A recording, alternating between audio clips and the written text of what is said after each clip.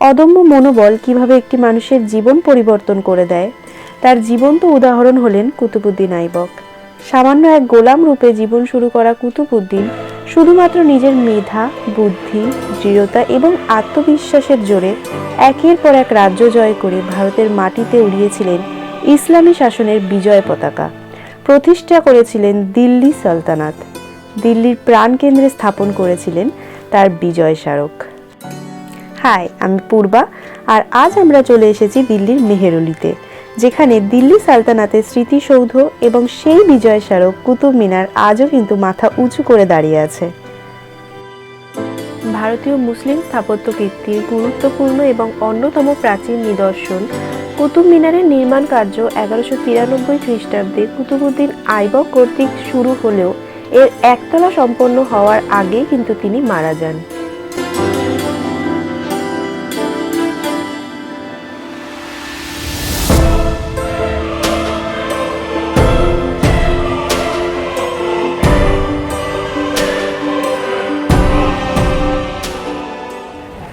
আমরা চলে এসেছি কুতুব মিনারে। তো আমরা টিকিট কাউন্টার থেকে টিকিটও কেটে নিয়েছি। এখানে দু রকমের প্রসেস আছে টিকিটের। একটা হচ্ছে অনলাইন পেমেন্ট করা যায়, কিন্তু আমরা দেখলাম যে এই অনলাইন পেমেন্টে অনেক কিছু ইনফরমেশন দিতে হচ্ছে, অনেক ঝামেলা। তো সেই জন্য স্ট্রেট আমরা টিকিট কাউন্টার থেকে টিকিট করেছি। এখানে পার হেড হচ্ছে 40 টাকা করে টিকিট। টিকিট কাউন্টারে মোটামুটি লাইন শিখন সময় লাগেনি, আর এখানে সব দিনই মোটামুটি খোলা আছে। আর এখানে টাইমিংটা হচ্ছে সকাল 7টা থেকে সন্ধ্যে 5টার মধ্যে টিকিট হয়ে যাবে, কিন্তু 6টা পর্যন্ত ওপেন রয়েছে। তো এখন আমরা এসছি হচ্ছে এখন 4:38 মানে 38 বাজে। আমাদের টিকিট নেওয়া হয়ে গেছে, চলুন আমরা ভেতরে যাই।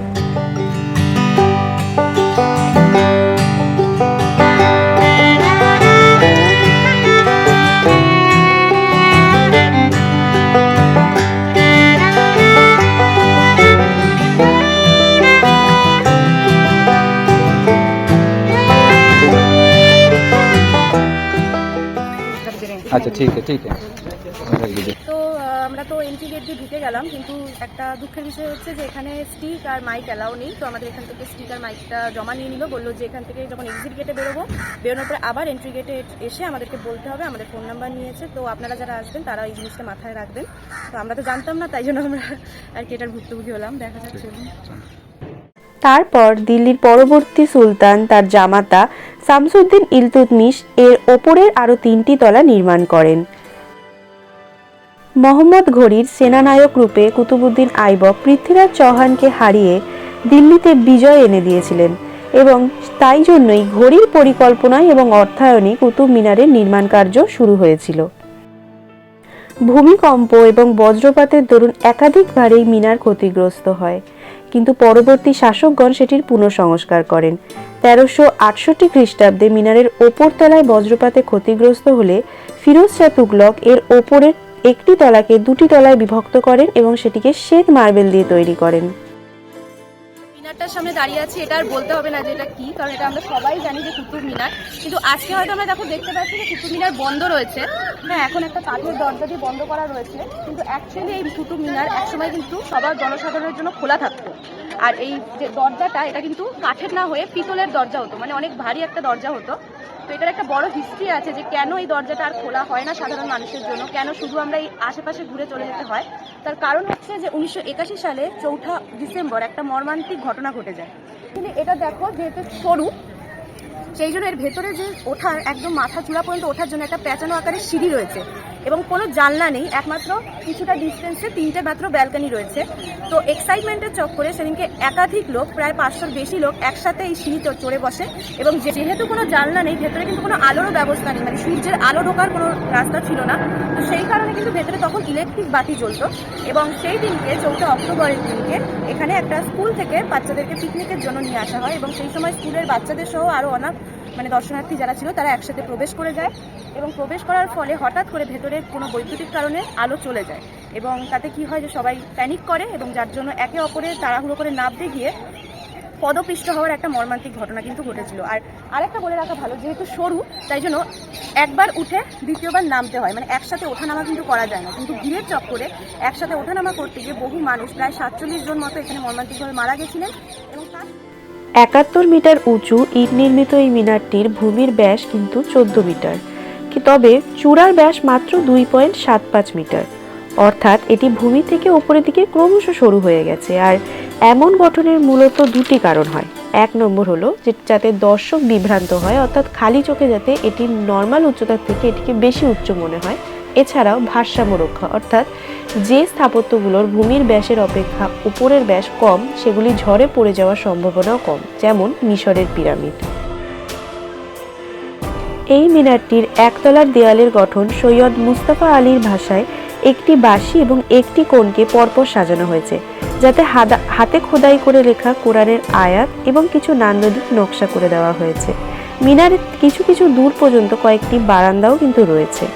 সত্যি কথা বলতে এই মিনারটির সৌন্দর্য, উচ্চতা এবং পরিধি ক্যামেরার দ্বারা বোঝানো সত্যিই বড় মুশকিল। তবে এই মিনারটি সচক্ষে দেখার পর তখনকার দিনের চিন্তা, দক্ষতা এবং পরিকল্পনা সম্পর্কে সত্যি আমি ভাবতে বাধ্য হই। মিনারের 5 তলা এবং প্রতিটি ব্যালকনিতে যাওয়ার জন্য প্যাঁচানো আকারের মোট 380টি সিঁড়ি রয়েছে।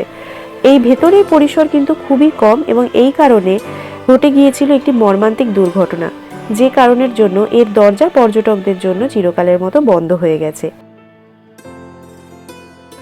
কুতুব মিনারের নামকরণ কুতুবউদ্দিন আইবকের নাম অনুসারে হয়েছে বলে মনে হলেও এটি কিন্তু আসলে তখনকার প্রখ্যাত সুফি কুতুবউদ্দিন বখতিয়ার কাকি নামে নামাঙ্কিত হয়েছিল। 1993 খ্রিস্টাব্দে বিশ্ব ঐতিহ্যবাহী স্থান হিসাবে এটি ইউনেস্কোর তালিকাভুক্ত হয়। কুতুব মিনার ছাড়াও এখানে আছে আলাই মিনার, যা আলাউদ্দিন খিলজি তার নাম অনুসারে তৈরি করার পরিকল্পনা করেছিলেন।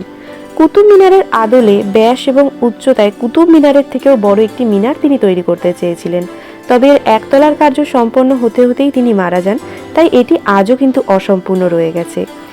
এখানে আলাউদ্দিন খিলজির তৈরি আলাই দরওয়াজাও কিন্তু রয়েছে। এটি 1311 খ্রিস্টাব্দে তৈরি হয়েছিল এবং এটি ছিল কৌতুল ইসলাম মসজিদ বৃদ্ধি করার তার একটি অনবদ্য পরিকল্পনা। তিনি এই মসজিদের চারদিকে এইরকমই 4টি গেট তৈরি করার কথা ভেবেছিলেন, তবে 1316 সালে তার মৃত্যুর কারণে মসজিদের দক্ষিণে এই একটি মাত্র গেট তৈরির কার্য সম্পন্ন করাই কিন্তু সম্ভব হয়েছিল।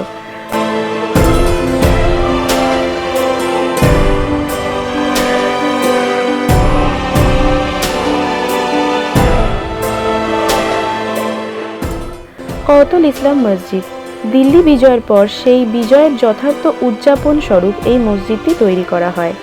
মোট 27টি জৈন এবং হিন্দু মন্দির ধ্বংস করে তার পিলার বা খাম্বাগুলি ব্যবহার করে কিন্তু এই মসজিদটি তৈরি হয়।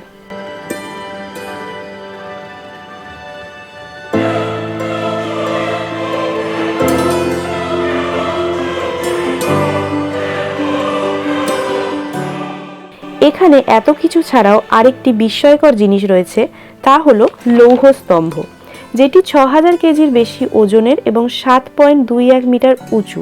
এই লৌহ স্তম্ভটি মরচে নিরোধক ধাতব উপাদানের প্রলেপ দেওয়া থাকায় এটি কিন্তু ভারতীয় প্রাচীন ধাতুবিদ্যার একটি অন্যতম নিদর্শন। এছাড়াও রয়েছে এখানে কুতুবউদ্দিনের জামাতা ইলতুৎমিশের টম্ব, আলাউদ্দিন খিলজির টম্ব এবং তারই পাশে রয়েছে তার আমলে তৈরি মাদ্রাসা।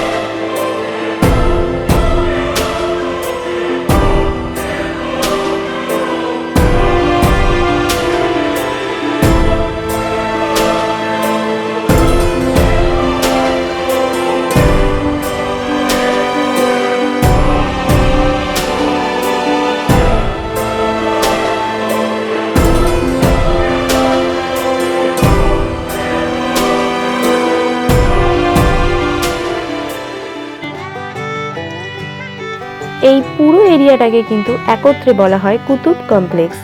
এই ভিডিওটি যদি তোমাদের ভালো লেগে থাকে তাহলে অবশ্যই কিন্তু লাইক করবে এবং কে কে কুতুব মিনার বা কুতুব কমপ্লেক্সে এসছো তা কিন্তু আমাদেরকে কমেন্ট করে জানাতে ভুলো না। আরও সুন্দর সুন্দর ভিডিও পেতে আমাদের চ্যানেলটাকে সাবস্ক্রাইব করে রেখো আর অবশ্যই এই ভিডিওটাকে শেয়ারও করে দিও। তাহলে tata, God bless you all.